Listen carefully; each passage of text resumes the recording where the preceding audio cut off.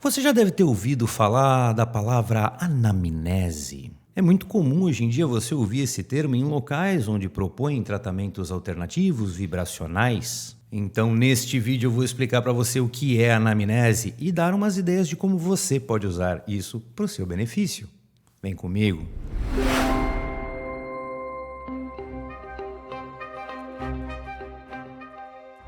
Olá, queridos iluminados, Rafael Branco de volta em mais um vídeo podcast aqui nos canais da Luz e Arte. Tudo bem com você? O papo hoje é anamnese.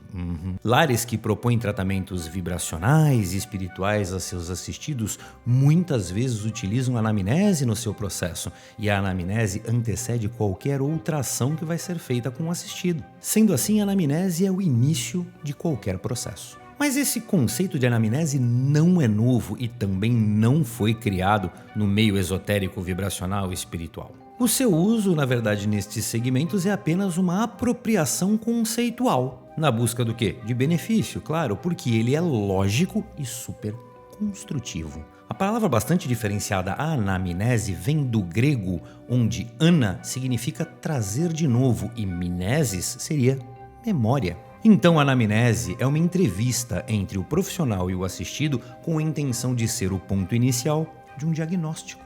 Na medicina, ela também é muitas vezes chamada de anamnese corporal. E como funciona? Muito simples de saber, você já deve ter passado por processo de anamnese várias vezes. Ao você dar entrada num pronto-socorro com qualquer problema, é muito comum o processo de anamnese acontecer entre perguntas, em função do que você está passando, como também medições, vão ver a sua temperatura, medir a sua pressão, tudo isso é um processo de anamnese. Ao doar sangue, não tem aquele super questionário que você tem que responder um monte de pergunta?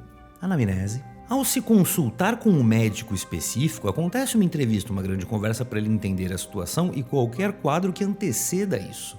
Anamnese.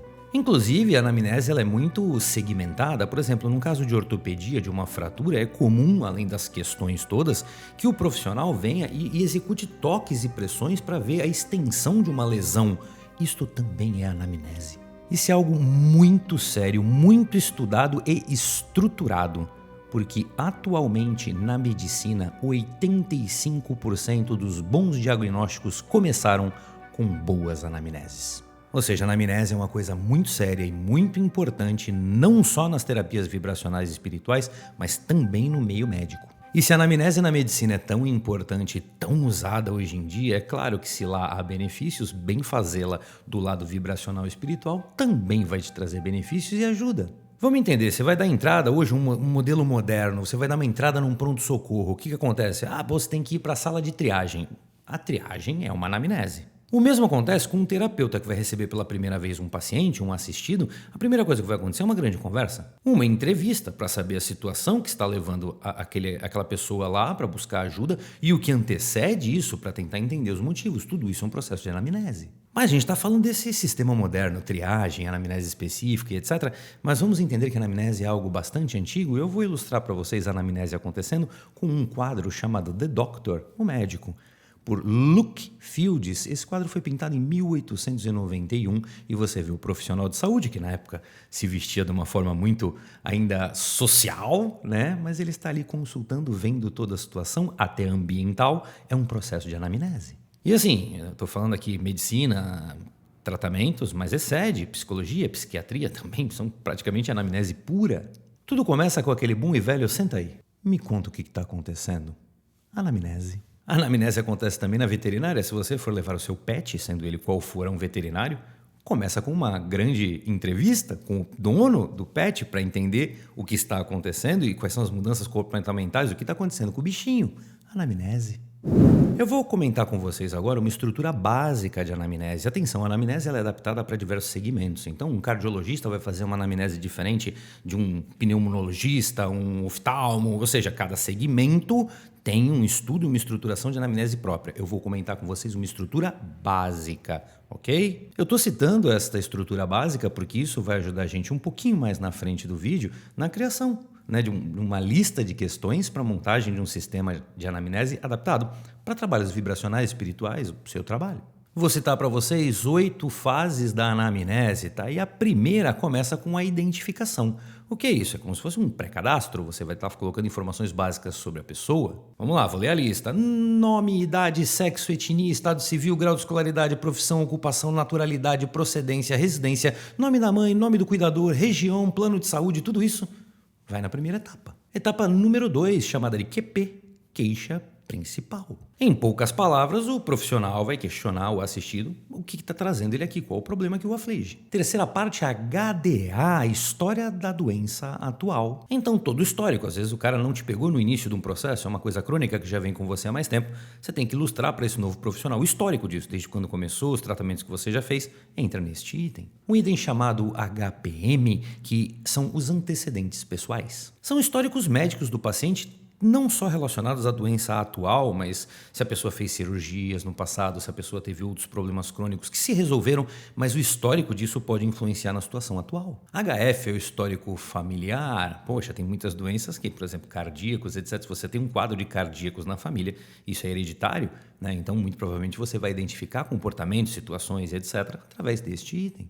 HPS são os hábitos de vida, então assim, como a pessoa se alimenta, se a pessoa é tabagista, se a pessoa é alcoolista, não é alcoólatra é vício, se a pessoa apenas bebe, ela é um alcoolista. E tudo, se ela pratica exercício, o quanto pratica, como ela se alimenta bem, se alimenta mal, hábitos de vida. Condições socioeconômicas e culturais, isso é muito importante, como por exemplo, algumas doenças, alguns males, alguns fungos e etc. são muito ligados à região.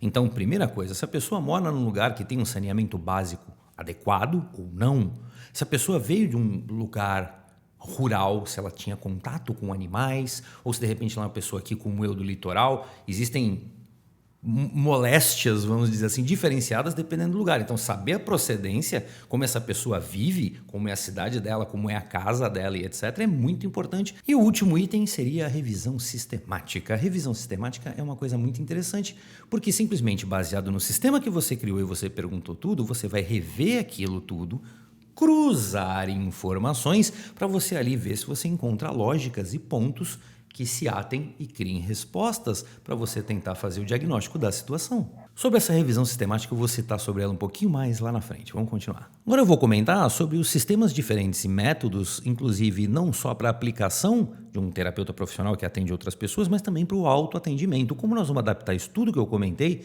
para as terapias espirituais, vibracionais e etc. Lembrando também que você não precisa ter seu próprio consultório, de repente você apenas participa de um trabalho coletivo em um lar, uma casa de cura e etc.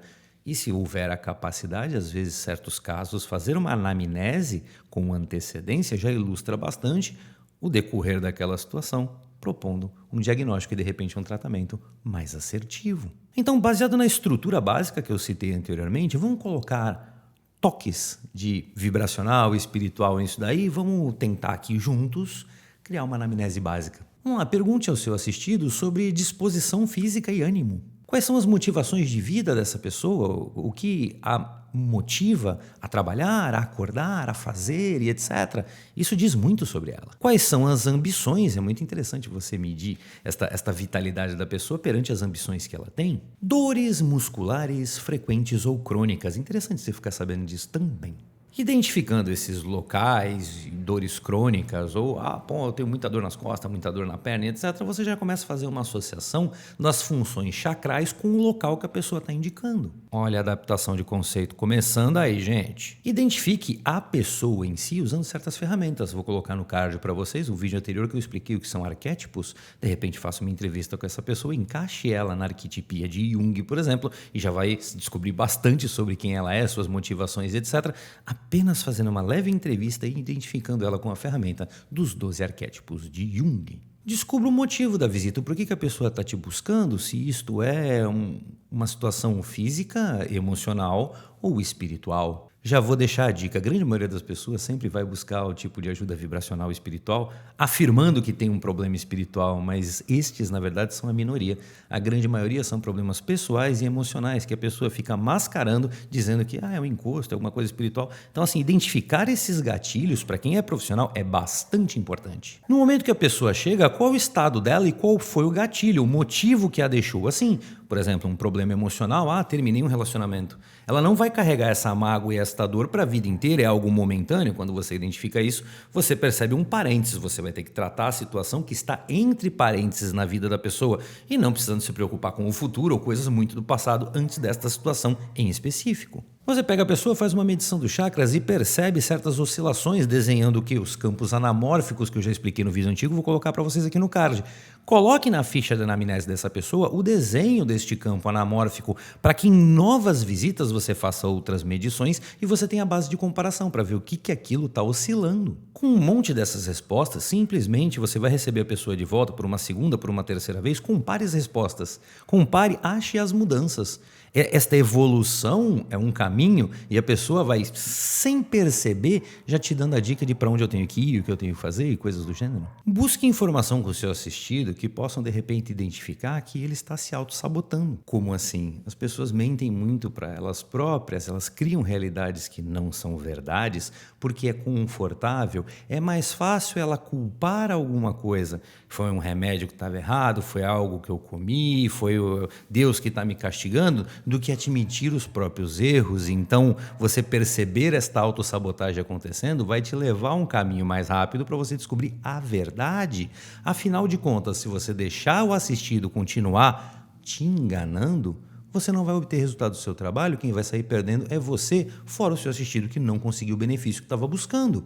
Então, descobrir a verdade é muito importante. Por exemplo, você é radiestesista, faça o seguinte: faça uma consulta com pêndulo e biômetro para validar as respostas, ver se aquilo é correto o que está sendo dito. Aliás, eu vou dar uma dica própria para vocês, que foi um teste que eu já fiz e funcionou de forma maravilhosa, mas é um pouco maldosa, mas é muito eficaz.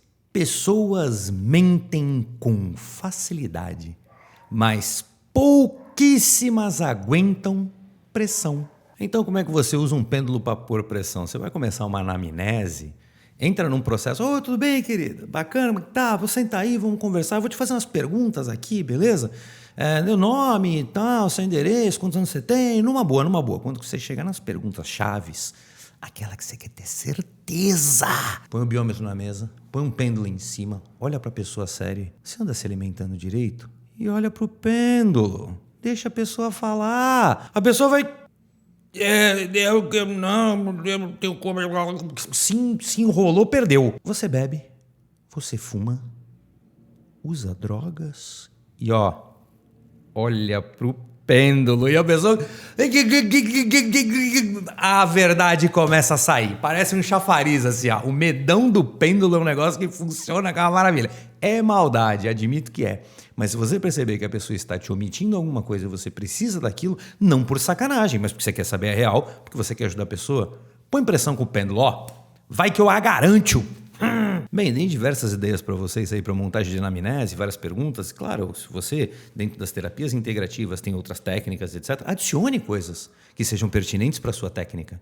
Não tem problema nenhum, isso aqui é só uma ideia que eu estou dando para você. É lógico que a sua anamnese ela não vai nascer completa. A primeira vez que você usa, você já vai sentir: estou precisando adicionar tal coisa, eu preciso mudar tal questão, olha, vou perguntar não sei o quê. E esta sua metodologia vai amadurecendo e cada vez mais você vai sendo mais assertiva com as perguntas, para lá na frente você, essa minha metodologia agora tá bacana, eu vou seguir isso aqui e tá legal. E pronto, é o seu método específico para o estilo do tratamento que você propõe ao seu assistido.